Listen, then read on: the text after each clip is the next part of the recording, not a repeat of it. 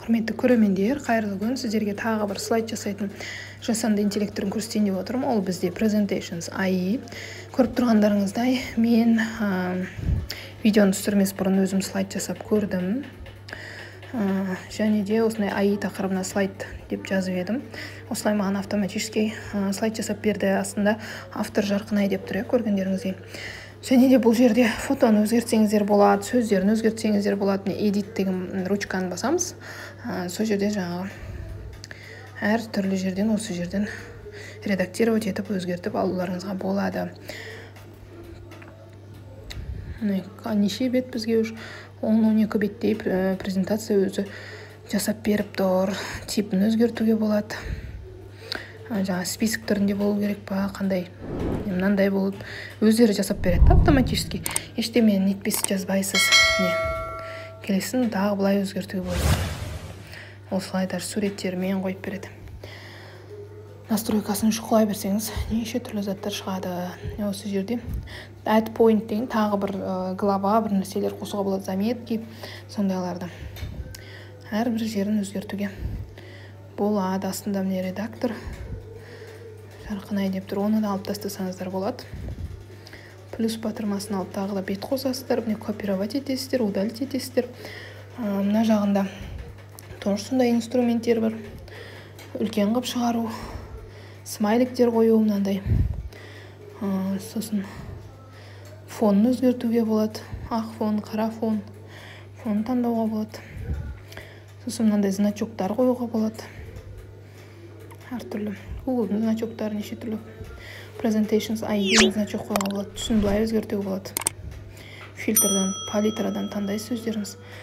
Қандай түс ыңғайлы, қандай түс ұнайды. Соған байланысты. Мына жерде әріпті, шрифтті өзгертуге болады. Шрифттің стилін. Шрифттарда өте көп мүмкіндіктері. Қай шрифт өздеріңізге ұнайды, тоже қойып алуыңызға болады. Міне осы жерде. Мына жерде тоже стильді өзгертеміз, фонды. Басқаша фон қоюға болады. Сосын жаңағы share and export деп тұр ғой үстінде. Соны басу арқылы біз бөлісуге, немесе өзімізге сақтап алуға болады. Мына жерде мен уже өзгертіп тастадым. Қарасаңыздар, уже стилі басқаша болып кетті. Что-то маған стилі ұнамай қалды. Енді қазір мынаны жасап көрейік. Екіншісін. Бұл жерде де стилі өзгереді. Міне өздеріңіз көріп тұрғандай стилі өзгерді. Түсін басқаша қылып өзгертсеңіздер болады, әрине. Бұл жерде тек қана стилі өзгереді. Фотоның тұрған жері, сөздер, сондайлар өзгеретін болады. Енді share батырмасын басып, PPT слайд түрінде скачать етіп алсаңыз болады, немесе PDF түрінде жіберсеңіз болады. Мынандай ссылканы копировать етіп біреумен бөліссеңіз болады. Мына жақта реклама шығып жатыр, 25% скидка болады деп. Міне, қай жерде бөлісуге болады, барлығы жазылып тұрады. Және де біреуге доступ беруге болады. Мен ғана редактировать етем, тағы басқа біреу редактировать етеді деген сияқты басқа адамдарға доступ бере аласыздар.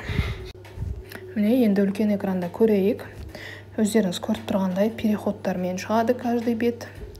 Осылай әдемі болып, эстетично болып ашылады. Переходтармен, әрбір сөздер түсінікті, пункттармен, фотолармен, сызбалармен барлығы өте түсінікті шығады. Мен өзім осы программамен, осы жасанды интеллектпен жаңа слайд жасап көрдім.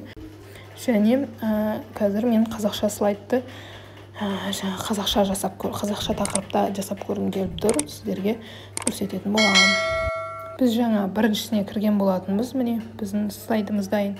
Енді екіншісі ол импортировать ету документтерді, яғни дайын документ видеоңызды импорт жасап, яғни осы жерге жүктеп редактировать ете аласыз. Үшіншісі жаңағы өзіміздің дайын слайдты кішкене әдемілеу, beauty деп жазылып тұр, редакта әдемілеу. Міне біріншісіне кірсеңіздер осылай шығады. Слайдтың тақырыбын жазу керек. Неше слайд болу керек, соны жазу керек, таңдау керек. Жаңағы тілін таңдау керек. Тілді мен қазір ауыстырдым. Мына жақта тілі шығатын болады. Слайдтың тілі. Бізге қай тілде керек? Міне мысалы мен қазақ тілінде жазып көрейін деп тұрмын. Қазақ тілінің тарихы деп жазып көрейік. Бізге қазақша слайд жасап бере алам екен. Автоматически деп бастым тілді. Бізге автоматически танып береді. Міне слайд жасалып жатыр. Әрине бірінші версиясы ағылшын тілінде болады, сосын ол ағылшыннан қазақшаға аударады. Міне неше слайд? 10 слайд жасады. Сразу жаңағы палитралар шығады, таңдасаңыздар болады. Немесе ашып алғаннан кейін өзгертсеңіздер де болады. Міне слайдымыз ашылып жатыр. Қазақ тілінің даму тарихы. Міне каждый слайд қалай загрузка болып жасалып жатқанын көрсетіп жатыр бізге. Сразу play slideshow ретінде қоссаңыздар болады. Немесе start editing деп жаңағы редактировать етуді сразу бастасаңыздар болады.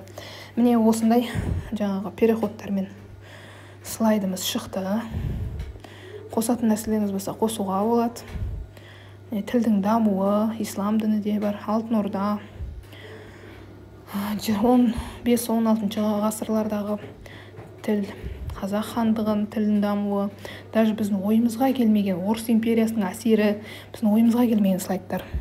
Міне көріп тұрғандарыңыздай керемет видео жасауға болады. Егер де видео ұнаса, міндетті түрде лайк, коммент басып жазып кетуді ұмытпаңыздар. Барлықтарыңызға рахмет.